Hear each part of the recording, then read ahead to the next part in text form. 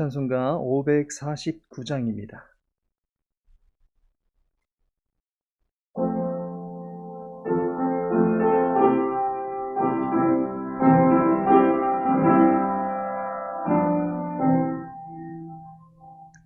내 주여 뜻대로 행하시옵소서. 온 몸과 영혼을 다 주께 드리니 이 세상 돌아간 주 인도하시고 날 주관하셔서 뜻대로 하소서. 내 주여 뜻대로 행하시옵소서. 큰 근심 중에도 낙심케 마소서. 주님도 때로는 울기도 하셨네. 날 주관하셔서 뜻대로 하소서. 내 주여 뜻대로 행하시옵소서. 내 모든 일들을 다 주께 맡기고 저 천성 향하여 고요히 가리니 살든지 죽든지 뜻대로 하소서.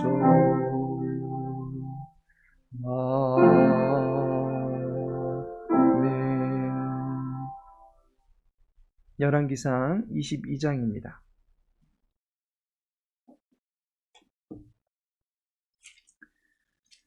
열왕기상 22장 51절에서 53절까지의 말씀입니다. 51절에서 마지막 절까지 함께 읽겠습니다. 유다의 여호사밧 왕 제17년에 아합의 아들 아하시야가 사마리아에서 이스라엘의 왕이 되어 2년 동안 이스라엘을 다스리니라. 그가 여호와 앞에서 악을 행하여 그의 아버지의 길과 그의 어머니의 길과 이스라엘에게 범죄하게 한 느밧의 아들 여로보암의 길로 행하며 바알을 섬겨 그에게 예배하여 이스라엘의 하나님 여호와를 노하시게 하기를 그의 아버지의 온갖 행위같이 하였더라. 아멘. 오늘 본문의 말씀 통해서 길로 행하며 라는 주제로 함께 말씀 나누고자 합니다. 열왕기상 단락별 강해 마지막 시간입니다. 지금까지 열왕기서를 살펴보면서 열왕기 기자는 독자들에게 두 가지의 길을 소개해 주고 있음을 알게 됩니다. 먼저는 누구나 가는 길이 있다는 것입니다. 모든 인생은 태어나고 생을 살다가 결국에는 죽는 길로 가게 됩니다. 열왕기서의 모든 왕들이 퇴장할 때를 보면 그들은 모두 그들의 생을 역대 지략의 기록물로 남기고 끝내 장사되었다라는 패턴으로 인생을 마감합니다. 우리도 이러한 길을 가고 있는 중입니다. 한번 죽는 것이 사람에게 정해진 바 그 어떤 사람도 예외 없이 이 길을 가게 될 것입니다. 그런데 또 하나의 길이 있습니다. 그것은 바로 영원으로 이어지는 길입니다. 어떤 인생을 살았는가에 따라서 둘로 갈려지는 길이 있습니다. 열왕기 기자는 여호와 앞에서 사는 길이 있다라고 소개합니다. 그 길은 다윗이 걸어간 길과 같습니다. 반면에 여호와 앞에서 사는 길이 아니라 그 길에서 벗어난 길이 있습니다. 여로보암과 르호보암의 길이 이에 해당하는 길이고 아합의 길이 바로 이에 해당하는 길입니다. 우리 모두는 인생의 종말을 향하여 나아갑니다. 이것이 결코 허무주의가 아닌 이유는 그 길로 나아가는 전 과정을 여호와 하나님께서는 계수하고 계신다라는 점입니다. 따라서 우리의 매 순간이 의미가 있음을 기억해야 합니다. 어떠한 인생길을 가다가 죽음의 길로 들어섰느냐에 따라서 영생의 길과 영벌의 길로 우리는 나뉘어져 걷게 되는 것입니다. 본문에는 아하시아가 등장합니다. 그도 인생길 위에 서 있기 때문에 종국에는 죽음의 길로 나아갈 것입니다. 그런데 죽음에 도달하기 전까지 그가 어떤 인생을 살았습니까? 본문에 보니까 아하시아는 무수히 많은 길로 갔다라고 하는 것을 알게 됩니다. 하지만 그가 간 길은 단 하나로 통합니다. 53절에 보니 여호와를 노하게 하시기를 그의 아버지의 온갖 행위같이 하였더라라고 말합니다. 여호와를 대적하는 길로 나아갔습니다. 그 길은 다윗이 걸어간 길이 아닙니다. 우리는 아하시아가 걸어간 길들을 보면서 우리의 인생의 교훈으로 삼고 또 그 길을 경계할 수 있어야만 할 것입니다. 내가 가지 말아야 될 길이 무엇인지 깨달을 수 있어야만 할 것입니다.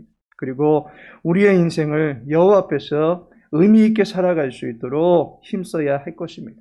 그렇다면 성도가 경계해야 될 인생길은 무엇입니까? 첫 번째로는 아버지의 길을 경계해야 된다라는 것입니다.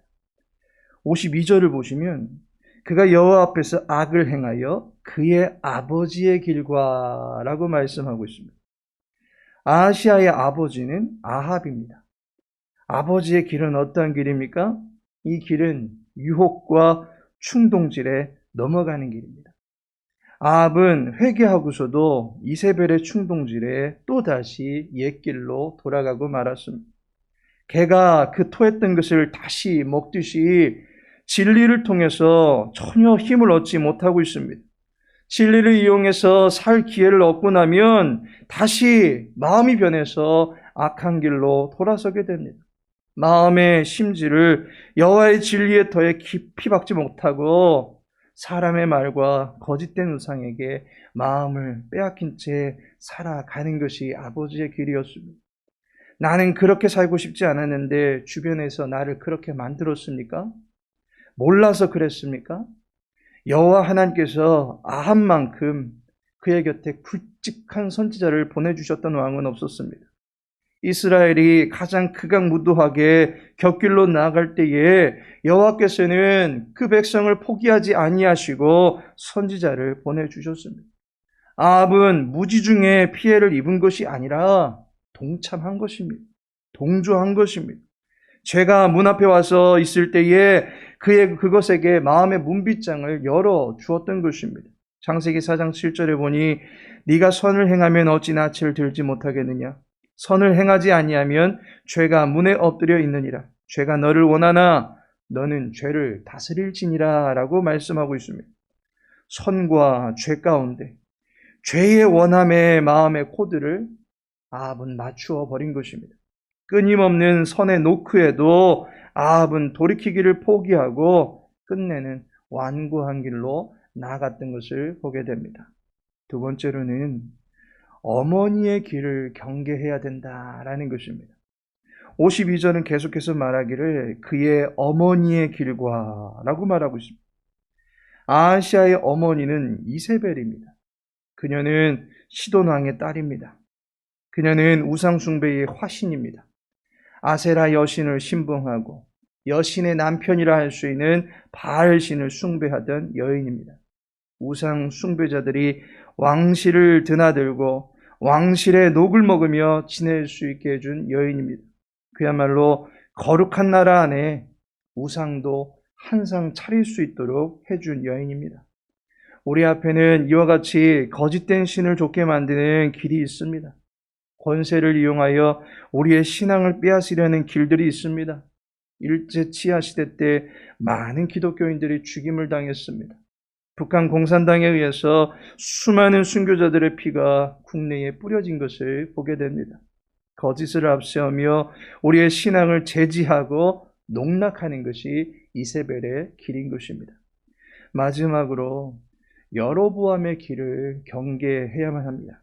52절에 남은 마지막 구절을 보니 이스라엘에게 범죄하게 한 느밧의 아들 여로보암의 길로 행하며 라고 말씀하고 있습니다. 여로보암은 남유다와 북이스라엘로 나뉘어질 당시에 북이스라엘의 10지파와 함께 왕조를 꾸린 왕입니다. 그의 길은 어떤 길입니까? 여호와를 흉내만 내는 길입니다. 제사장인 것 같은데 말씀에 명시된 자격과는 상관없이 여로보암이 임의로 세워놓은 제사장들입니다. 예배의 처소가 있긴 한 것 같은데 예루살렘이 아니라 베델과 단에다가 임의로 세운 처소에서 예배드리게 만들었습니다. 여호와를 따르게 하는 것 같은데 금송아지 형상을 만들어 놓고 그것이 여호와다라고 합니다. 이 모든 것이 흉내를 내고 있는데 진짜는 아닙니다. 모사품입니다. 이는 지금으로 말하면 이단과 같은 것입니다. 결코 진짜가 될 수 없습니다. 여호와의 참된 마음을 담아낼 수가 없습니다. 비슷한 종교 행사를 한다 할지라도, 비슷한 이름을 걸고 있다 할지라도 그 모든 것은 거짓이고 해 아래서 바람잡게 하는 헛된 수고요, 뚫어진 전대에 심혈을 쏟게 만드는 헛된 신앙일 뿐입니다. 이와 같이 아하시아는 아합과 같이 거짓에 섰고 진리에는 완고한 길을 간 것입니다. 이세벨과 같이 거짓된 것들을 숭배하는 길을 갔고 여로보암과 같이 비슷하지만 참이 아닌 헛된 길을 따라간 것입니다. 마태복음 7장 13절에 보니 멸망으로 인도하는 문은 크고 그 길이 넓어 그리로 들어가는 자가 많고 라고 말씀하고 있습니다. 멸망의 길은 넓다라는 것입니다. 미혹하는 길이 있습니다. 거짓의 길이 있습니다. 비슷하게 차려놓고 속이는 길이 있습니다. 그러나 그 길은 결국 멸망으로 이어지게 되는 것임을 알아야 할 것입니다. 성도는 오직 좁은 문이 되시는 예수 그리스도 한 분만을 참으로 삼고 그분을 진리의 주로 삼고 그분만을 사랑하며 살아가려는 자세가 필요한 것입니다. 멸망의 길이 아닌 좁은 길로 나아가는 저와 여러분의 삶을 주님께서 흔들리지 아니하도록 잡아주시기를 축원합니다. 하나님께서 사랑하시는 성도 여러분, 오늘까지 해서 열왕기상 단락별 강해를 마무리 짓게 됩니다. 열왕기상을 최종적으로 마무리 지으면서 열왕기 기자가 전해주고자 하는 뜻이 무엇인지 알게 됩니다. 성도는 여호와 앞에 살면서 여호와께서 인정하시는 길로 나아가야 한다라는 것입니다. 열왕기서를 맨 처음 읽게 되었던 포로기의 독자들은 이 책을 통해서 무엇을 깨닫게 되었겠습니까? 우리 역사 교과서처럼 태정태세 문단세와 같이 이스라엘의 왕은 누구고 유다의 왕은 누구다라고 하는 것을 달달달 외우고자 함이 아닐 것입니다.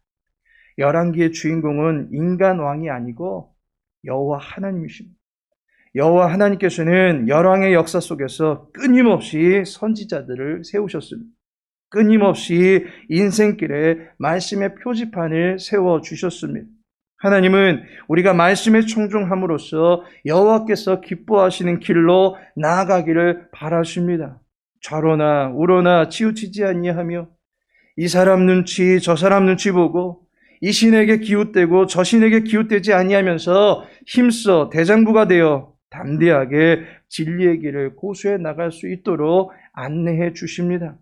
네가 가는 길이 맞다 라고 하면서 까마귀와 과부를 동원해서 먹을 것을 먹여주셨고 때로는 기적을 보게 해주셨습니다.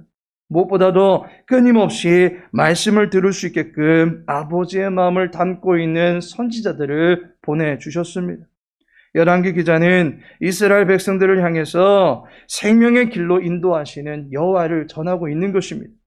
그분의 말씀하시는 수고가 헛되게 만들었던 불순종의 때를 이제는 회개하자는 것입니다. 포로가 되어서 만국 백성의 처지에서 뒤돌아보니까 여호와는 우리가 올바른 길로 나가게 하시려고 말씀하셨고 참아주셨음에도 불구하고 깨닫지 못했던 자신들을 보게 된 것입니다.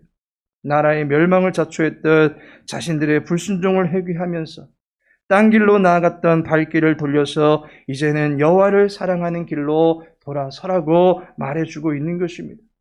그러할 때 막힌 것 같고 무너진 것 같고 모든 것이 끝난 것 같다 할지라도 여호와 하나님을 다시 한번 굳게 믿고 기다리고 있으면 포로에서 해방된다라고 하는 소망의 메시지를 전하기 위해서 열왕기서는 기록된 것입니다.